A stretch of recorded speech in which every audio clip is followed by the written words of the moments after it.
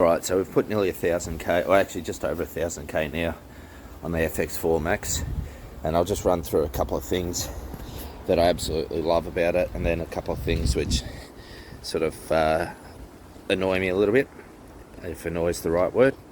So first of all, the ride, it is unbelievable on and off-road. For anyone that's driven a ute before, particularly like a dual cab ute with the leaf springs in the back, you'll notice that they can be a little bit light in the rear end at times, particularly off-road. I can feel like it's sort of bouncing around a little bit. Just trying to get in and show you the springs in and under there, the Fox shocks there. But this just eats up the corrugations. Obviously the racing shocks, those Fox shocks, are designed for that, and I had test driven a Raptor before and know how good they were off-road. This thing is exactly the same, it just eats them up. A little feature that I really like is the power assisted tailgate. So like our kids, I've got young kids, and they love opening and closing the tailgate to put like the dog in the back or their school bags and what have you. It just makes it so much safer and easier because it's so light. Like a 2-year-old or 3-year-old, son, there's no dramas lifting the tailgate, and it's not going to come slamming down on his head. So it's a really good feature. One thing that does annoy me about the back though, these sports bars, like they look cool, but they're just really impractical. So for me, I can't fit my arm under the bar, so I can't reach to get anything into the tray there. I have to go over the top, and then I'm nearly 6 foot, or around 6 foot, and I can't touch the bottom of the tray. So you put anything that it sort of comes up against the side of the tray there, sort of near the wheel arch, and you can't actually reach it. You have to go in from the back, so that's annoying.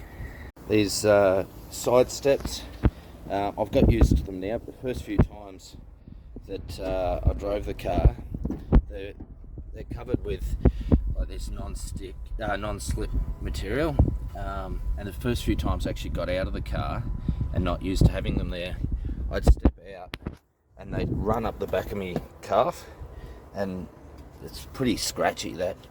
I've got used to having them there now and I step out onto them, but they were annoying to start off with. Overall, mate, I could not be happier with this. We're actually dropping it back into Central Ford today to get some aftermarket stuff put on it.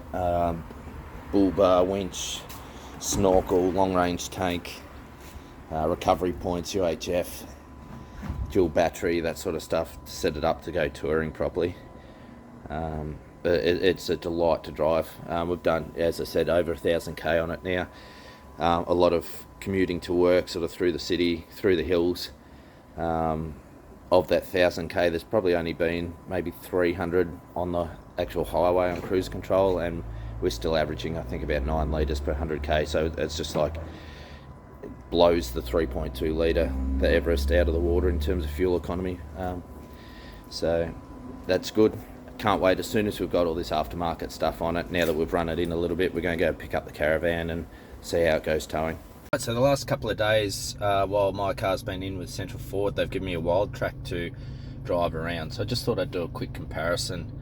And admittedly, I've only done a couple of 100k driving to and from work, mainly in the Wildtrack, so it's a bit hard to do a full comparison.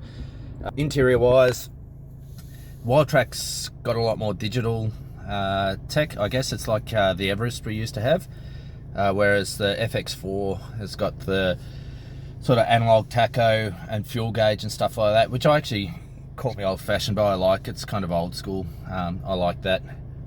It's just ticked over there as well, showing that I've done 194 k's roughly at 8.5 litres, so the fuel economy is a little bit better. I put that down to the Wildtrak's got highway terrain tyres on it, and they're slightly smaller as well than what the FX Max has got. The seating, so full leather on the Wildtrack, branding and stuff like that. The interior is a little bit nicer, to be honest. In the Wildtrack, we've got like electronic seat control movement, stuff like that. So if you're looking for a little bit more luxury, definitely the Wildtrack is an upgraded option. But the little bit of off-road driving I've done on this, and actually even on some of the rough roads around where I live here, rough bitumen roads, you can tell the suspension difference to the stock suspension compared to the Fox shocks that I've got on the FX4 Max. The shocks that I've got, the FX4, just eat up those suspensions. Eat up the ruts, eat up the corrugations, the little bumps and what have you on the road. This does feel a lot lighter in the rear end and sort of bounces around a little bit. The suspension isn't quite as on par. So if you are looking for more of a, say, a comfortable on-road style vehicle, then the Wildtrak might be your option, because it has got a few more creature comforts. But definitely if you're looking to go off-road as more of a tourer, then my opinion anyway, is definitely the FX4 Max is way ahead of the Wildtrak. Alright, so we're back in my FX4 Max now. I'll just mute the radio. So this one I'm talking about the more analog display on the FX4. I actually quite like it, with the analog fuel gauge and tachometer, and the temperature gauge as well. Still get plenty of digital stuff in there, but just my personal preference, I like this. So yeah, compared to the Wildtrak, you get a few more sort of creature comforts in the Wildtrak.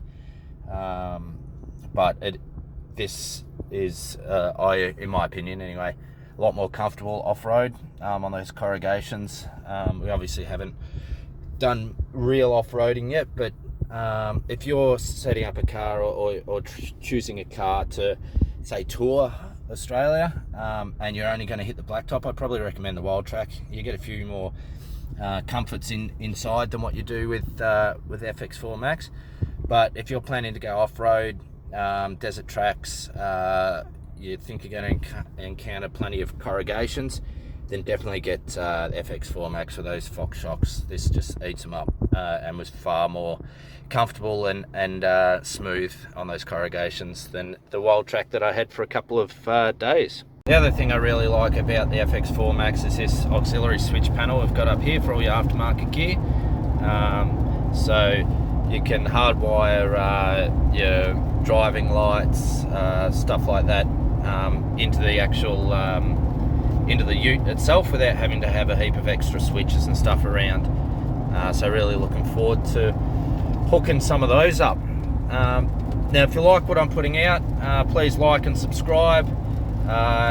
There's going to be a lot more sort of touring stuff now as we get the car sort of set up, a lot more towing, and hopefully we get some really cool off-road adventures.